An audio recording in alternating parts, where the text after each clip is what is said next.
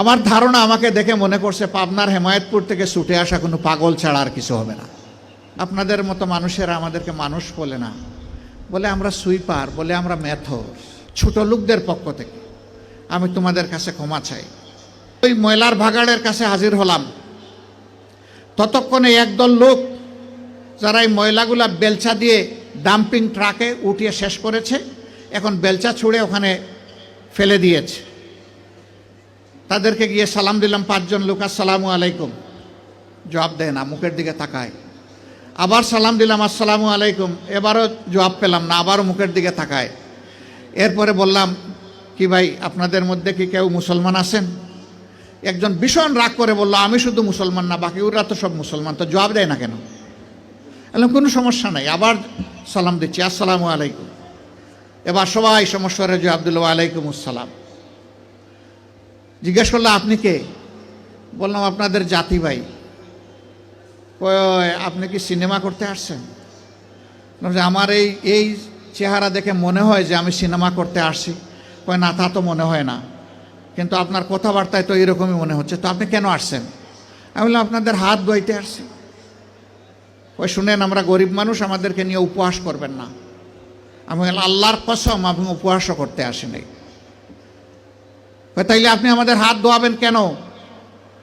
আমি বললাম তোমরা সমাজের হাত ধোও, একটা দিন অন্তত তোমাদের হাত ধোয়াই।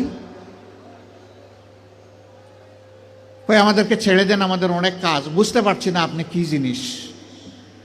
আমি বললাম যে আমি বড় শক্ত জিনিস, হাত না ধুইয়া তোমাদেরকে ছেড়ে দেব না আমি। রোদের মধ্যে ঘামতেছে, একজন রাগ করে বললো, এই দে, উনার এত শখ জাগছে, দে হাত দে, আমারটা আগেই দিচ্ছি। তো উনি হাত দিল, আমি ধোয়াই ঠোয়া খসলাইয়া পরিষ্কার করে বললাম, ভাই অনেক শুক্রিয়া তোমাকে। একজন একজন করে হাত দেয় আর খিলখিলাইয়া হাসে। আমার ধারণা আমাকে দেখে মনে করছে পাবনার হেমায়েতপুর থেকে ছুটে আসা কোনো পাগল ছাড়া আর কিছু হবে না। হাত ধোয়ানো শেষ। এবার আমার 2 সঙ্গীকে বললাম যে একটু খাবারের প্যাকেটটা দেন। বললাম না না, এগুলো লাগবে না। বললাম কেন লাগবে না ভাই? তোমরা তো চাওনি, আমি খুশি হয়ে দিচ্ছি, একটু নিবা না? জি না জি না জি না, এগুলো আমি বললাম যে বলো তাইলে কোনটা থেকে খেতে হবে, আমি আগে খাই একটু, তারপরে নিয়ে যাও। তখন একজন বলে তাইলে ঠিক আছে দিয়া দেন। বললাম হ্যাঁ, দুনিয়া অনেক কিছু ঘটে।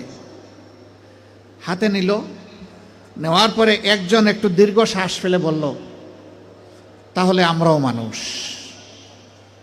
আমি বললাম কেন এই কথা বললেন কেন?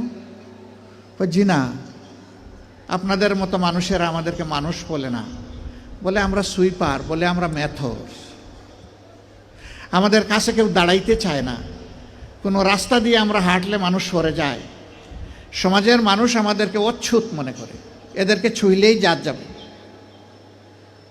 আমি হাত জোড় করে বললাম, সোফা কাপড়ের ছোট লোকদের পক্ষ থেকে আমি তোমাদের কাছে ক্ষমা চাই। আমাকে ক্ষমা করো, আমাদেরকে ক্ষমা করো। আমি আর চোখের পানি ধরে রাখতে পারিনি, টপ টপ করে আমার চোখ থেকে পানি পড়লো। যে মানুষগুলো তাদের জীবনের পরিশ্রমের বিনিময়ে সমাজের চাকাটাকে চালু রাখে, আমরা কিনা তাদেরকে মানুষ বলি না, আমরা তাদেরকে সুইপার বলি, মেথর বলি। আমরাই কমজোর। আমি কাঁদতে কাঁদতে এসে আমার গাড়িতে, আর ওরাও আমার সাথে কেঁদে কেঁদে তাদের গাড়িতে উঠে গেল। সম্মানিত ভাইয়েরা, কেন এই বেমনা? এদের ছাড়া কি এই সমাজ চলবে? যদি না চলে তাইলে এই সমাজে তারা একটু স্বীকৃতি পায় না কেন? একটু মর্যাদা কেন পায় না তারা?